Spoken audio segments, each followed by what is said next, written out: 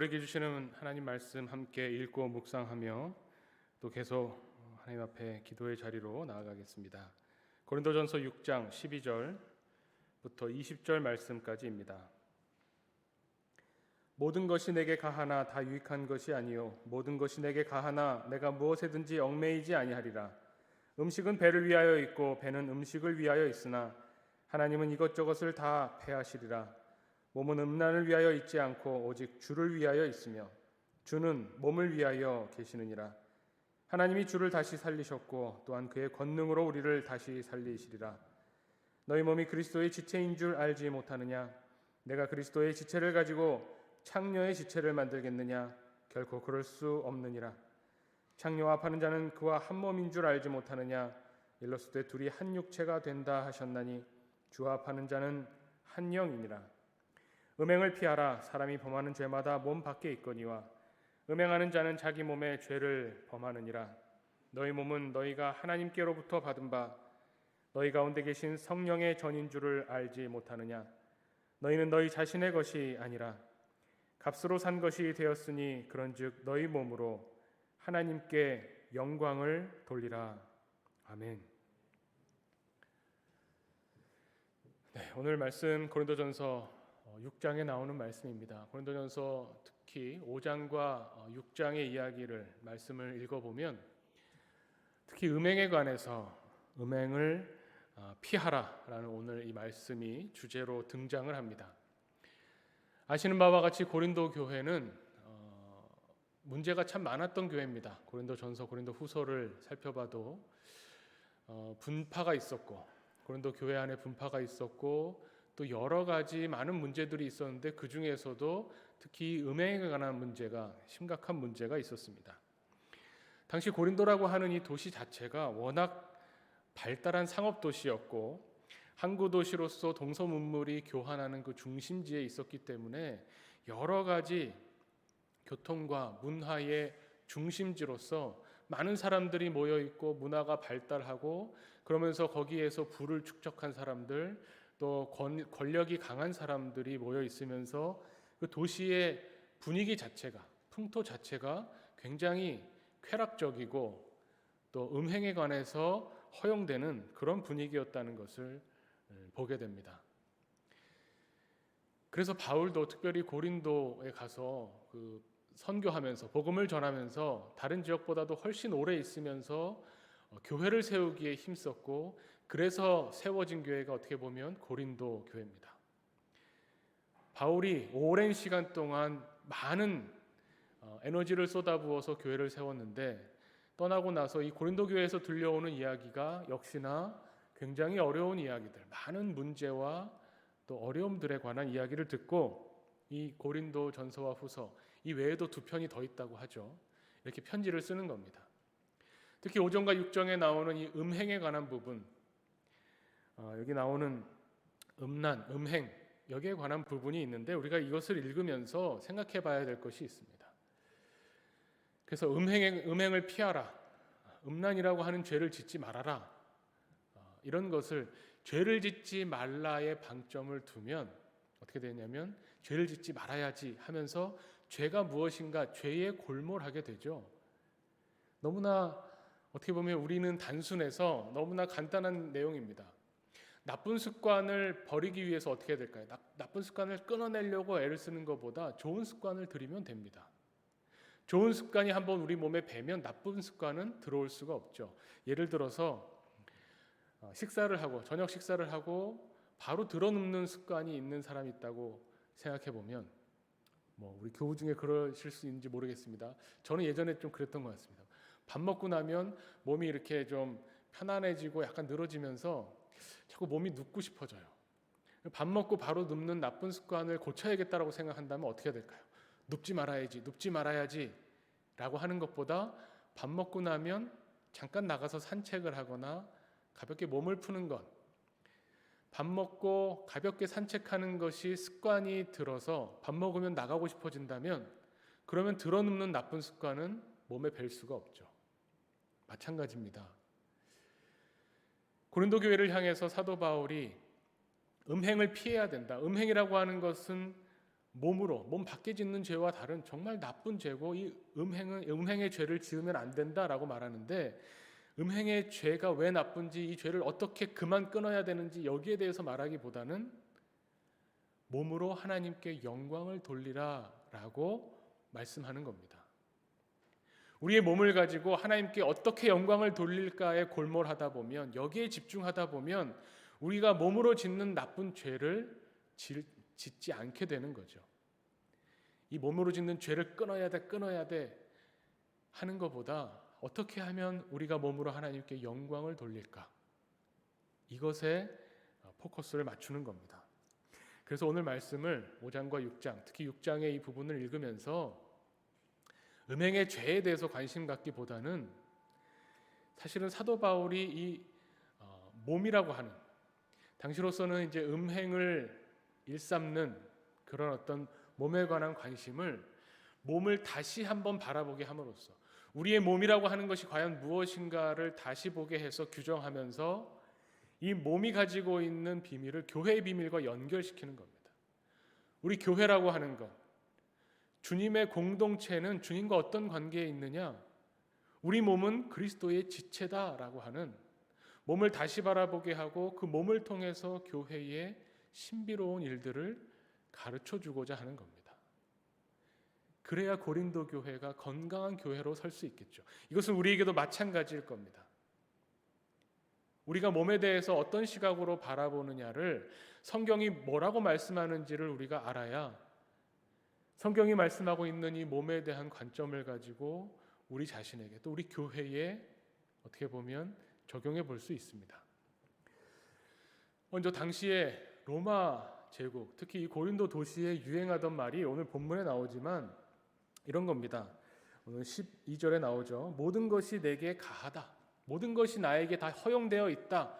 라고 하는 것이 당시 고린도 교회에 어떻게 보면 강한 사람들, 힘 있고 부가 있고 권력이 있는 사람들의 통상적인 어떤 그런 생각이었다는 겁니다.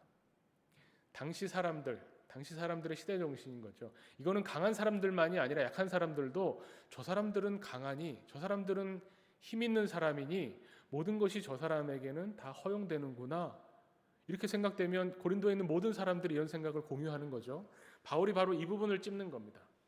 모든 것이 다 허용되어 있다고 생각하지만 그렇게 들어서 알고 그것이 시대 정신이고 사람들이 다 그렇게 거기를 향해 달려가지만 그렇지 않다라는 겁니다. 모든 것이 다 허용된다고 해서 모든 것을 다 하는 것이 과연 유익하냐? 우리 그리스도인에게는 그렇지 않다라는 것을 말하는 것이죠. 또 당시 고린도 사람들이 흥청망청대면서 하는 이야기가 뭐였냐면 오늘 본문에 나오죠. 음식은 배를 위해서 있고 배는 음식을 위해서 있다. 이게 무슨 말입니까? 내 몸 가지고 내 맘대로 쓰는데 무슨 상관이냐? 이런 말이랑 비슷하죠. 내 몸, 내가 원하는 땡기는 음식 내가 먹고 저 음식은 나 먹으라고 있는 건데 내가 내 몸을 내 마음대로 쓰는데 누가 뭐라고 할 거냐? 이런 태도라는 겁니다. 나에게 모든 것이 허용된다도 비슷한 겁니다. 내가 힘이 있으니 내 마음대로 하는데 누가 뭐라고 하느냐? 지금 우리에게로 말하면 내가 돈 있는 사람이 돈을 자기 마음대로 쓰는 거에 대해서 다른 사람이 어떻게 뭐라고 할 수 있는가? 라는 것과 비슷한 거죠. 그래서 이 몸에 대해서 내 몸을 내 마음대로, 내 힘을 내 마음대로 쓰는 거에 대해서 당시 고린도 도시나 또 로마의 당시의 문화나 어떤 사상이 그러했다는 겁니다. 로마라고 하면 떠오르는 것이 뭡니까? 팍스 로마나라는 거죠. 이 팍스 로마나라는 것이 결국 무엇입니까? 들추고 밑바탕을 보면 전쟁을 통해서 정복해서 강하게 군림하면서 다시는 다툼이 없게 한다라는 거죠. 그것이 로마가 말하는 평화잖아요. 덤비는 적이 없게 만드는 것, 감히 반란을 꿈도 못 꾸게 하는 것, 생각도 못하고 꿈도 못 꾸게 하는 강력한 힘으로 지배하는 것, 이것이 로마가 말하는 평화입니다. 강자는 그래서 모든 것이 허용돼서 강하기 때문에 누리는 것이 당연하다라고 한다면 이건 동물의 세계와 다를 바가 없습니다. 약육강식의 세계입니다. 어떻게 보면 인류가 문화를 또 역사를 발전시켜 오면서 거기에 맞서서 약한 사람도 존중받고 생명이 있다면 누구나 귀하게 여김 받아야 된다는 것을 향해서 달려왔다고 볼 수도 있는데, 또 최근에 우리 사회를 보면 공정이라는 화두를 가지고 다시 한번 이런 강한 사람이 더 많이 차지하는 게 공정한 거고 약한 사람은 약하기 때문에 조금밖에 누리지 못하는 게 공정한 거다라는 생각을 하는 것은 아닌지 깊이 돌아보게 됩니다. 젊은 시절에, 학창 시절에 공부를 잘했기 때문에, 내 청춘을 공부하는 데 바쳤기 때문에 이후에 내가 다른 사람보다, 나보다 공부 못하고 나는 합격한 시험에 합격하지 못한 사람보다 내가 더 많은 것을 누리는 것이 공정한 거다, 마땅한 거다라고 생각하는, 그리고 그 시험에 떨어진 사람은 나는 떨어졌으니 저 사람이 저렇게 많이 가져가는 것이 당연하다, 그게 공정한 게 맞다라고 생각한다면 뭔가 잘못된 겁니다. 왜냐하면 이거는 꼭 성경 말씀을 들이대지 않아도요, 우리의 몸이라고 하는 것은 개인의 몸이기도 하지만 사회적인 몸이기도 합니다. 몸이라고 하는 것이 그냥 분리되어 있고 독립되어 있고 다른 주변 환경과 아무 상관이 없는 독립된 어떤 하나의, 나만이 내 마음대로 쓸 수 있는 어떤 것이라면, 그렇다면 혼자서도 살아갈 수 있어야겠죠. 사람은 혼자서 살 수 없죠. 우리의 몸이라고 하는 것은 사회적인 개념, 사회적인 몸이라고 볼 수 있는 겁니다. 그런 것들이 많은 것에서 드러나는데, 특히 코로나 팬데믹이 오고 나서, 그전에도 알았지만 코로나 팬데믹이 오고 나서 어떻습니까? 사회 계층에 따라서 부의 어떤 부가 많은 사람들과 부가 적은 사람들, 부유한 나라와 가난한 나라 차이가 막 드러나기 시작합니다. 똑같은 육체고 똑같은 바이러스인데 어떻게 그렇게 감염률이나 사망률이나 여러 가지가 다르게 나타나게 될까요?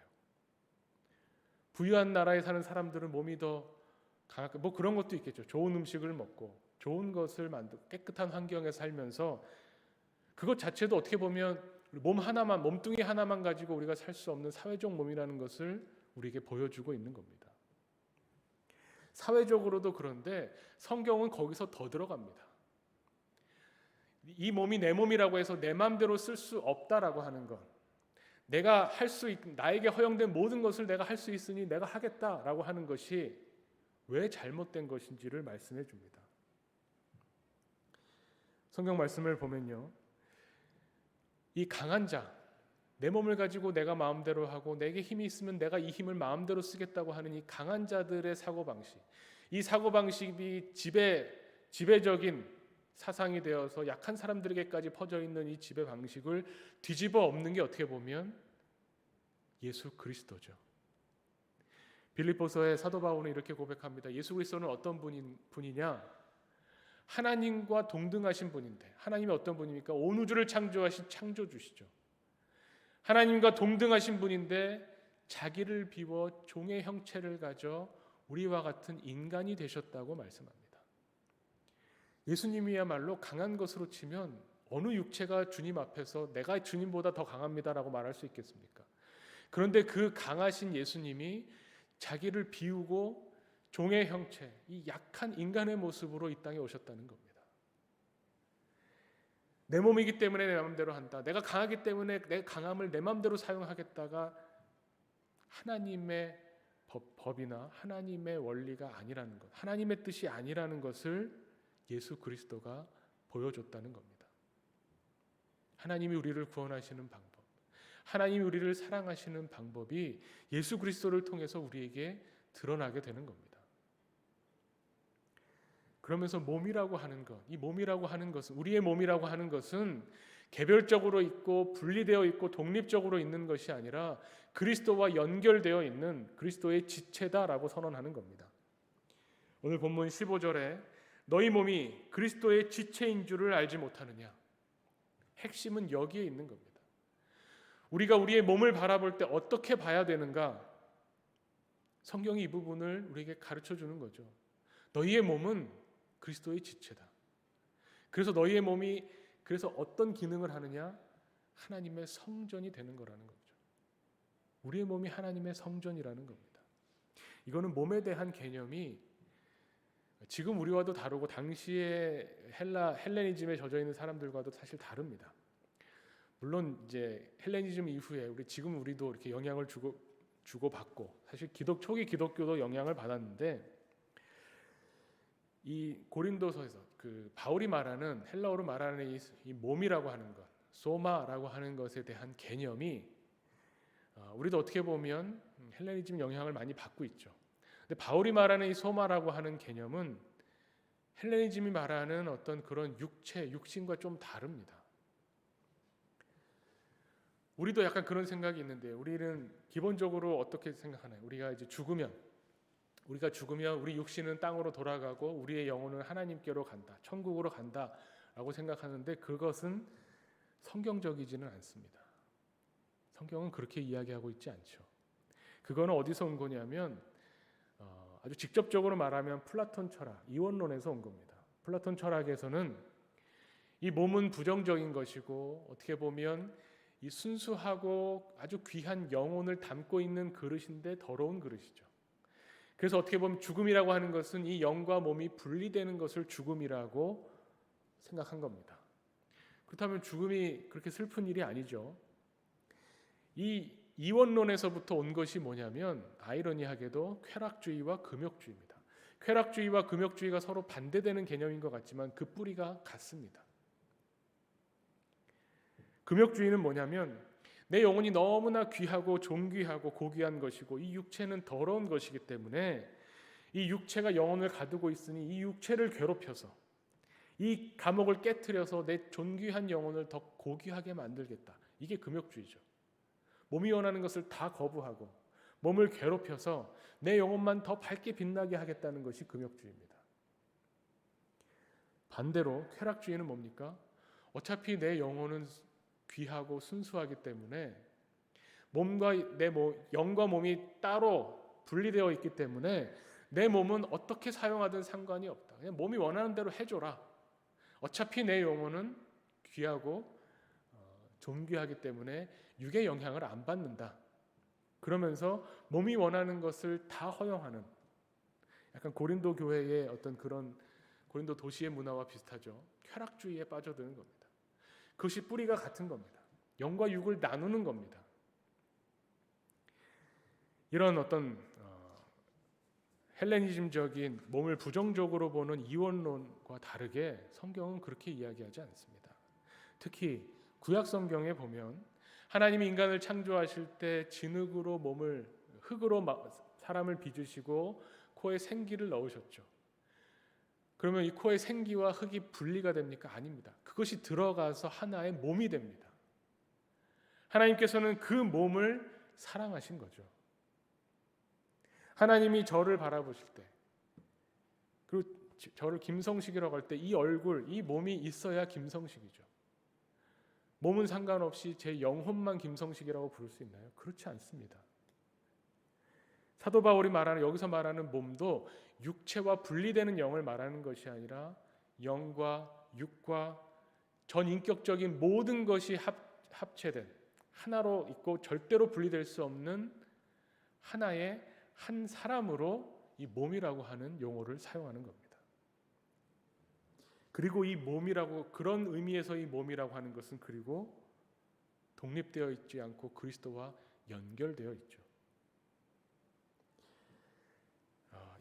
그래서 어떻게 보면 우리가 이 몸에 대해서 이야기할 때 이 히브리적인 사고로 몸을 볼 필요가 있습니다. 지금 우리가 너무나 어떻게 보면 이 헬라의 문화의 영향을 많이 받아서 우리 몸을 생각할 때 그렇게 보지만, 요즘 추세는 자꾸 이제 변하고 있지만요.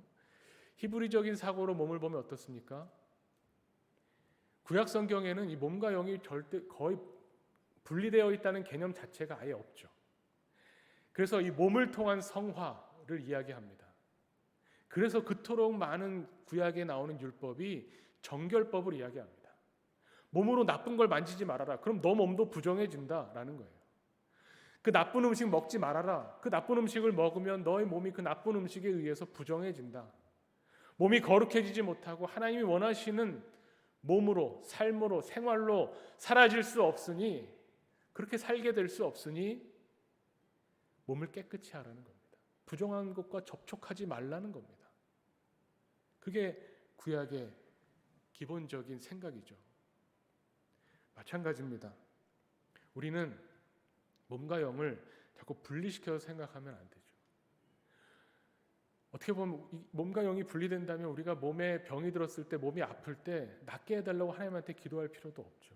하나님은 영에만 관심이 있는 분처럼 여겨질 테니 말입니다. 하지만 하나님께서 말씀하시는 구원, 예수님께서 이 땅에 오셔서 하나님의 나라를 보여주시면서 하나님이 우리에게 원하시는 구원과 하나님의 나라는 어떤 것인 줄 아느냐 하면서 가장 많이 하신 것이 뭡니까? 병을 고치신 겁니다. 귀신을 쫓아내신 겁니다. 먹을 것을 주신 겁니다. 배고프지 않게 해주셨습니다. 그것 자체가 목적이 아니라 그것을 통해서 바라보게 되는 하나님의 구원이 무엇인가를 가르쳐 주시기를 원했던 거죠. 우리가 믿는 하나님은, 우리가 믿는 예수 그리스도는 우리의 영만 쏙 빼서 구원하시는 분이 아닙니다. 우리의 몸을 구원해 주시는 분이죠. 예수님이 이것을 위해서 부활하신 겁니다.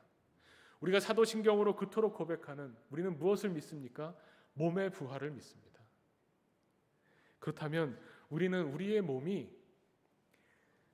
영과 혹은 정신과 생각과 마음과 몸이 다 따로따로 노는 것이 아니라 하나로, 우리의 몸이 전인격적으로 온전한 한 사람으로 하나로 통일되어 있는 이 몸으로 하나님을 향해서 하나님을 바라보면서 하나님을 사랑해야 된다는 것이 우리에게 주어져 있는 것이죠. 사도 바울이 이렇게 이야기하지 않습니까? 19절에 너희 몸은 너희가 하나님께로부터 받은 것이다 라고 말하죠. 그리고 너희 가운데 계신 성령의 전인 줄을 알지 못하느냐 이야기합니다. 너희가 몸을 깨끗이 해야 성령이 거기 들어가실 것 아니냐, 이런 말이 아닙니다. 몸을 깨끗이 하고 마음이 깨끗하고 정결해야 하나님의 영이 거기 거하시지 않냐, 하나님의 영은 거룩한 분이시다, 이런 게 아니라 이미 성령은 우리와 함께 하신다는 겁니다. 그렇기 때문에 우리의 몸이 하나님의 성전이 되는 거죠. 하나님의, 내 몸이 하나님의 성전이구나, 여기서 그칠 것이 아니라요, 하나님의 성전은 뭐 하는 곳입니까? 성전이 뭐 하는 곳이죠? 예수님이 가르쳐 주셨죠. 만민이 기도하는 집입니다. 우리의 몸이 성전이라는 것, 우리의 몸이 그리스도의 지체라는 것은 무엇을 이야기하냐면 하나님과 연결되었다는 겁니다. 하나님과 관계 맺음이 있다는 겁니다. 하나님을 찾고 구하면서 하나님과 소통해야 된다는 겁니다.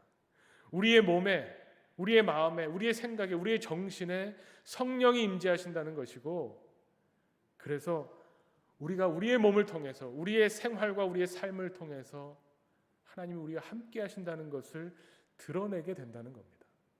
그것이 우리의 몸으로 영광을 돌리라는 말씀이죠.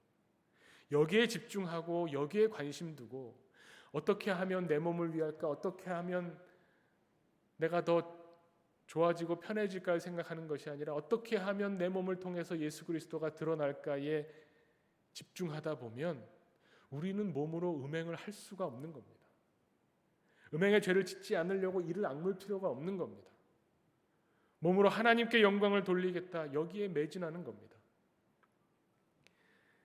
이 몸의 부활이 우리에게 얼마나 큰 소망이고 위로가 되는지 모릅니다. 예수 그리스도가 그랬던 것처럼 우리가 이 세상에서 강해지기 위해서 노력하고, 남보다 더 뛰어난 능력을 발휘하기 위해서 노력하고, 남보다 성공해야 된다는 것으로 쫓기면서 피말리는 경쟁을 해야 되는 것이 아니라 약한 우리에게 찾아오셔서 우리와 함께 하시고, 약한 우리의 몸에, 내가 비록 아프지만 물론 낫기를 그래서 하나님께 구하죠. 건강해지기를 원합니다. 정신이 나약해지고 자꾸 우울한 생각이 들고 마음이 피폐해지는 그런 우리의 모습을 주님 앞에 내어놓고 주님 우리에게 오셔서 구원을 베풀어 달라고 우리가 주님 앞에 기도할 수 있는 겁니다. 기도하는 것이 우리의 본분입니다. 우리 몸에 임재하시는 성령이 우리에게 오셔서 하시는 일이 무엇입니까? 말할 수 없는 탄식으로 우리를 위해서 기도해 주시는 거죠. 우리가 몸으로 하나님께 영광을 돌린다는 것은 우리가 기도한다는 것이고요. 우리를 통해서 하나님이 이 세상에 하나님이 어떤 분이신지를 보여주실 때에 우리가 그리스도의 지체로서 주님의 몸된 교회로서 공동체를 이루며 세상에서 살아간다고 하는 것을 성경이 우리에게 말씀해 주는 겁니다. 우리는 그렇게 귀한 존재인 겁니다. 우리가 비록 약하지만 성령이 우리에게 거하시기 때문에 어떤 사도 바울이 말하는 몸이라고 하는 그리스도의 지체, 너는 주님의 그리스도의 몸이다라고 말하는 이 몸은, 여기에 말하는 이 몸은 어떻게 보면 그런 거죠. 한 가지 짚고 넘어가면 구약에서 말하는 시편에서 내 영혼아 여호와를 성축하라 할 때 내 영혼아는 영만 성축하라는 것이 아니죠. 구약에는 분리되어 있는 개념이 없다고 말씀드렸죠. 내 영혼아 주를 성축하라는 내 온 몸으로 내 마음과 뜻과 모든 것을 하나로 합쳐서 하나님을 찬양하라는 말입니다. 마찬가지로 사도 바울이 말하는 몸이 그리스도의 지체다라고 하는 이 몸, 시편이 말하는 영혼, 다 같은 의미입니다. 우리가 이런 몸으로 하나님께 영광을 돌리고 하나님을 찬양한다고 하는 것, 우리가 교회 공동체를 이루면서 주님의 몸이 된다고 하는 것, 여기에 교회의 비밀이 있고 제자 공동체로서 교회가 가지는 놀라운 하나님의 은혜가 있습니다. 우리가 다 이해하지는 못하지만 우리가 이 몸과 정신의 어떤 관계를 통해서 성경이 말하는 몸이 무엇인가를 또 체험하게 되죠. 요즘 날씨가 더워서 저도 그런 것 같습니다. 날씨가 더우니까 참을성이 떨어집니다.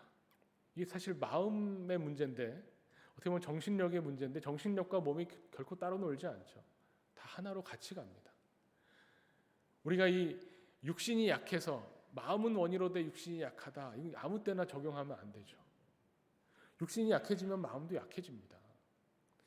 이 날씨가 이렇게 덥고 잠을 잘 못 자고 피곤하고 뭔가 이렇게 몸이 축 늘어져 있고 무기력하면 긍정적인 생각이 잘 안 듭니다. 자꾸 부정적인 생각이 들고 낙심이 되고,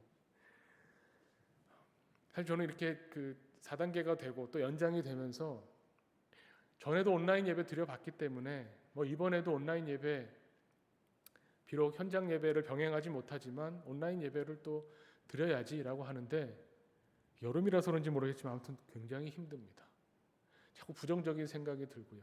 우리 교우들이 온라인 예배를 통해서 하나님을 만나고 하나님을 체험하고 하나님의 말씀이 그 안에 들어가서 하나님의 어떤 위로하심으로 하나님의 생명의 능력으로 발휘될 수 있을까? 제가 한다는 의미가 아니라 우리 교우들이 어떻게든 이 신앙으로, 이 믿음으로 이 세상을, 이 어려운 때를 살아갈 수 있을까? 여기에 대해서 기도하며 마음을 쏟지만 자꾸 부정적인 생각이 듭니다. 몸이 지치고 약해지니 생각도 자꾸 부정적으로 가죠. 하지만 그렇기 때문에 우리가 기도하는 겁니다. 우리가 육체가 강철 같고 의지력이 남달라서 그래서 교회를 이루고 사는 게 아닙니다. 그래서 예수님께서 우리를 제자라고 뽑으시고 우리를 세상에 보내신 것이 아닙니다. 세상의 다른 사람과 비교하면 상대적으로 훨씬 약하지만 그런 우리를 예수 그리스도께서는 사랑하셔서 우리를 부르시고 우리를 택하셔서 제자 공동체로 삼으시고 이 세상에 보내시는 겁니다.